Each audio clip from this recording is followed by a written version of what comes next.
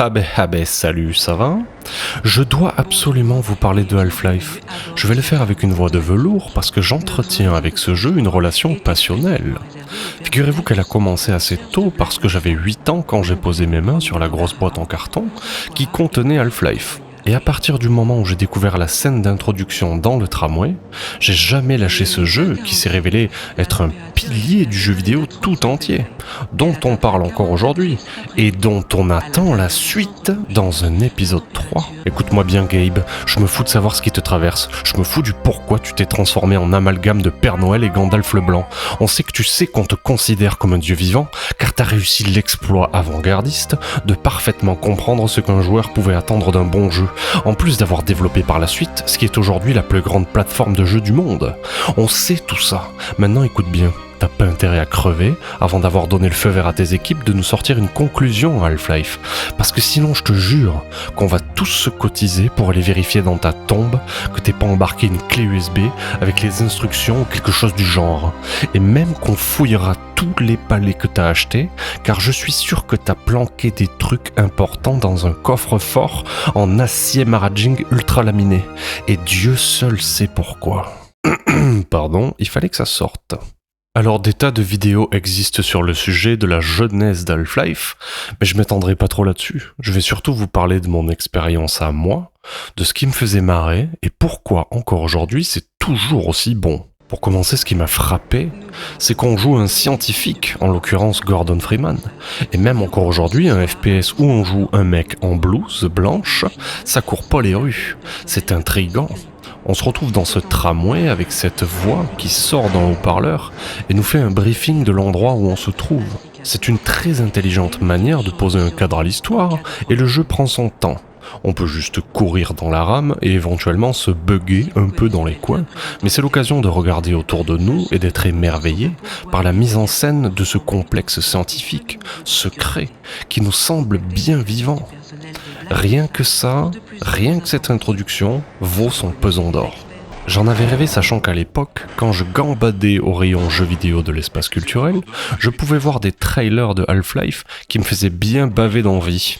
Ça y est, on est à Black Mesa, et les ennuis commencent. Mais avant la sortie du jeu, il faut savoir que j'avais déjà mis la main sur la démo de Half-Life, qui s'appelait Half-Life Uplink, une mini-aventure créée spécialement pour l'occasion, qui est d'ailleurs maintenant intégrée et jouable dans le jeu d'origine. Bon Dieu que j'y ai passé du temps à faire de la merde sur cette démo. Je peux pas non plus ne pas vous parler du parcours d'obstacles de Half-Life, un mode d'entraînement dans lequel j'ai fait beaucoup de carabistouilles.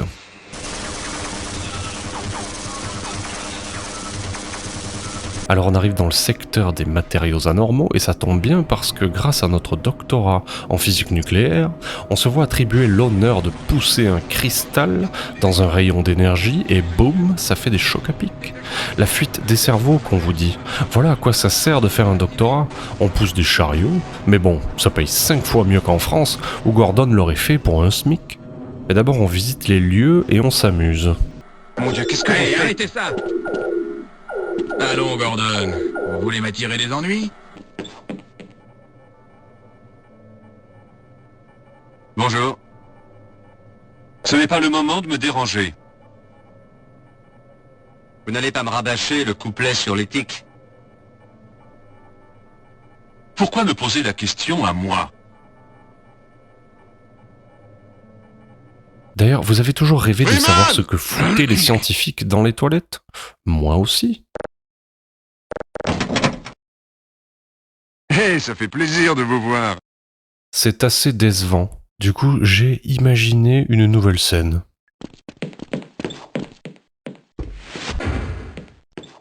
Vous savez ce qu'on dit sur Gordon Freeman?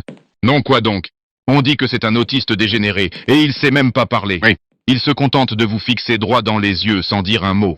En plus, on m'a dit qu'il a un gros bouc de merde, du genre à aller au concert de métal sans jamais se laver. C'est pas vrai. Quelle est cette puanteur? Il te reste du papier cul? J'espère que ce n'est pas vous qui sentez comme ça. Oh non.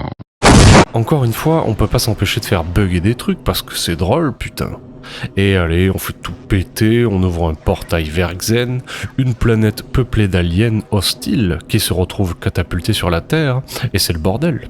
Tout de suite après, le gouvernement envoie des soldats pour faire le ménage et ils n'épargneront personne, aliens et scientifiques compris. Je viens d'intercepter une transmission. Des soldats viennent d'arriver. Ils vont nous porter secours. Reste à savoir si nous vivrons assez longtemps pour les accueillir. Je crois qu'on aura mérité une bonne bière après tout ça. Taisez-vous.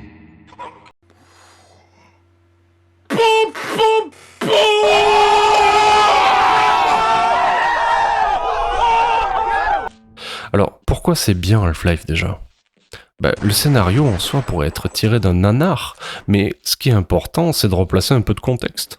Le jeu sort en 1998 et on a droit comme d'habitude à la fin des années 90 et début 2000 à beaucoup d'excellents jeux. Banjo-Kazooie sur Nintendo 64, Ocarina of Time, Resident Evil 2, Spyro le Dragon, Fallout 2, Metal Gear Solid, Metal Gear? Heart of Darkness, Medieval, Oddworld, et la liste est encore longue, de la pure folie.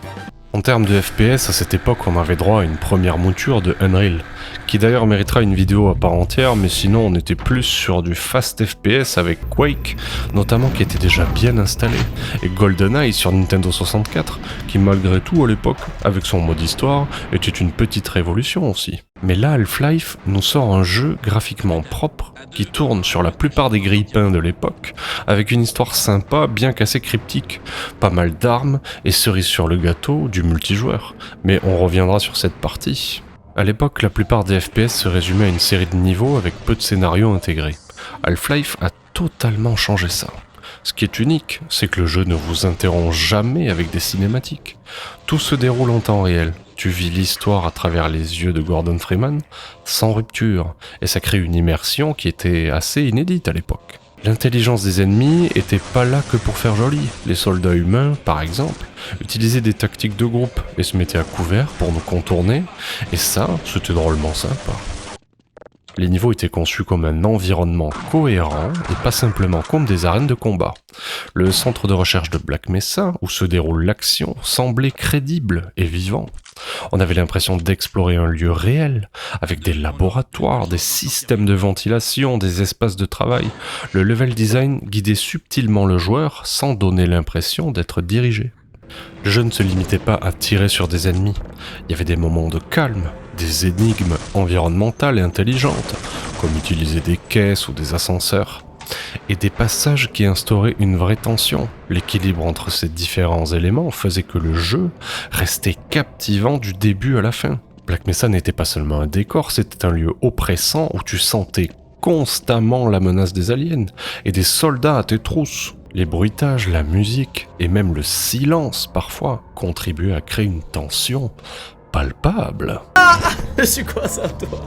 Un replay.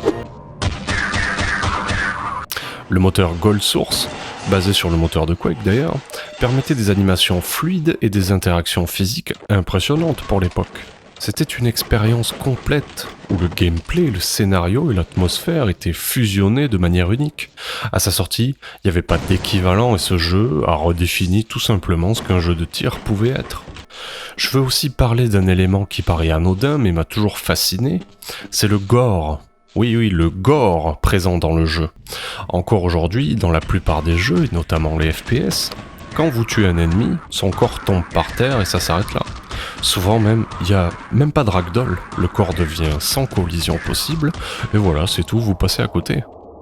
Dans Half-Life, je sais pas pourquoi, ils se sont amusés à ajouter la possibilité d'exploser les corps en plein de cuisses de poulet, et je trouve que ça a pas mal contribué à ajouter du fun et une grande satisfaction à tout faire péter à la grenade ou au lance-roquettes, sans parler de la possibilité de tapisser les murs d'hémoglobine.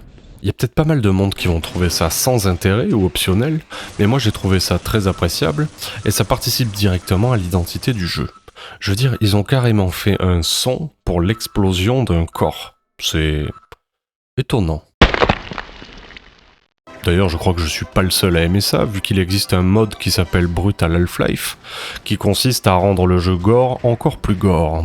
Vous l'avez compris, c'est un excellent jeu, mais c'est impossible de ne pas parler de la composante multijoueur qui a énormément contribué au succès du jeu, et de Valve en général d'ailleurs. Bon Dieu que j'ai passé du temps sur Team Fortress et Counter-Strike. Les modes multijoueurs nés de Half-Life ont eu un impact énorme sur l'histoire du jeu vidéo, en particulier dans le monde des FPS. Ce qui est fascinant, c'est que plusieurs des plus grands succès du jeu en ligne moderne sont nés de modes créés par la communauté sur le moteur de Half-Life. Le mode le plus célèbre issu de Half-Life, vous le connaissez, c'est Counter-Strike. Deux modeurs, Min Guzman et Jess Cliff, ont utilisé le moteur Gold Source de Half-Life pour créer un jeu d'équipe axé sur des affrontements réalistes entre terroristes et forces de l'ordre. L'idée de base était simple, les terroristes devaient poser une bombe ou retenir des otages, et les contre-terroristes devaient les arrêter. Ce qui rendait Counter-Strike unique, c'était son gameplay réaliste et exigeant, avec des mécaniques de tir précises, un aspect tactique, et une mort permanente par manche. Le jeu est rapidement devenu un phénomène mondial avec des millions de joueurs et des tournois e-sports. Team Fortress Classic, celui-là, c'est un autre mode emblématique de Half-Life que j'adorais très fort personnellement, basé à l'origine sur un mode pour Quake. C'est un jeu d'équipe en multijoueur où les joueurs choisissent différentes classes, soldats, éclaireurs, médecins, snipers, etc., avec des capacités distinctes. Team Fortress Classic a connu un énorme succès, si bien que Valve a décidé de créer une suite, Team Fortress 2, qui est devenu un pilier du multijoueur en ligne avec son style cartoonesque et ses mécaniques de jeu plus accessibles, mais tout aussi stratégiques. Aujourd'hui, TF2 est encore l'un des jeux les plus joués sur Steam, à mon grand étonnement d'ailleurs. Les parties sur Dust Bowl me manquent, bon Dieu. She weighs 150 kilograms and fires $200 custom tool cartridges at 10,000 rounds per minute. Day of Defeat est un autre mode à succès né de Half-Life, qui se concentrait sur la Seconde Guerre mondiale. Ce mode offrait un gameplay tactique et réaliste similaire à Counter-Strike, mais dans un contexte historique. Les joueurs pouvaient choisir de rejoindre les Alliés ou l'Axe, et se battaient dans des environnements urbains et ruraux typiques de la guerre. Natural Selection est un mode multijoueur très innovant, qui combinait des éléments de FPS et de stratégie en temps réel. Il opposait deux équipes, des humains, les Frontiersmen, et des aliens, les Kara. Ce qui était unique, c'est que l'un des joueurs de chaque équipe jouait le rôle de commander et dirigeait ses troupes depuis une vue RTS, tandis que les autres joueurs combattaient en vue à la première personne. Natural Selection a été salué pour son originalité et son gameplay asymétrique, inspirant d'autres jeux à intégrer des éléments RTS dans un cadre FPS. Je vous parle même pas des myriades de maps multijoueurs dans lesquelles on faisait du parcours d'obstacles extrêmement difficiles, où il fallait faire du rocket jump et des délires du genre, ou encore des maps civiliennes où en gros tu jouais un civil armé d'un parapluie avec pour objectif de survivre. Tout ça, je vous garantis que ça vous apprend un homme à se servir d'un clavier en très peu de temps. Quel pied! C'est selon moi les jeux les plus influents nés à partir de Half-Life. Car je vous assure que, à leur sortie, on a vu petit à petit des jeux sortir et reprendre les codes de certains de ces jeux, pour qu'on en arrive aux jeux qu'on connaît aujourd'hui. Les modes de Half-Life ont redéfini ce qu'était le jeu multijoueur, et ont permis l'émergence de certaines des franchises les plus importantes du jeu vidéo. Le moteur de Half-Life a non seulement servi de base à des innovations dans le gameplay, mais il a également ouvert la voie à une culture de modding florissante, qui a profondément influencé l'industrie du jeu vidéo dans son ensemble. Bref, vous l'aurez compris, c'est un jeu très important dans l'histoire du jeu vidéo, mais aussi très cher à mon cœur, qui est encore remasterisé par les fans à l'heure actuelle, encore joué, speedrunné à outrance, source inépuisable de mèmes, modé à fond pour ajouter plus de fun et de gore avec Brutal Half-Life, comme je l'ai dit. C'est vraiment un bijou. Si vous n'y avez jamais joué, vous savez ce qu'il vous reste à faire. Télécharger, jouer, sinon ça va barder. En attendant, abonnez-vous sans vergogne, amusez-vous bien, et on se revoit bientôt. Mon Dieu, qu'est-ce que vous faites? Je crois qu'on aura mérité une bonne bière après tout ça. Taisez-vous. Dépêche-toi de télécharger et puis de jouer, sinon ça va barder. J'ai de la chance, ça va chier si tu refuses de jouer. Tu voulais passer pro, mais t'es pas un héros. Avec un peu d'entraînement, tu seras dans ton élément. Mais attention de pas finir au gouvernement, parce que si t'es mauvais comme Bruno Le Maire, tu vas pas faire carrière.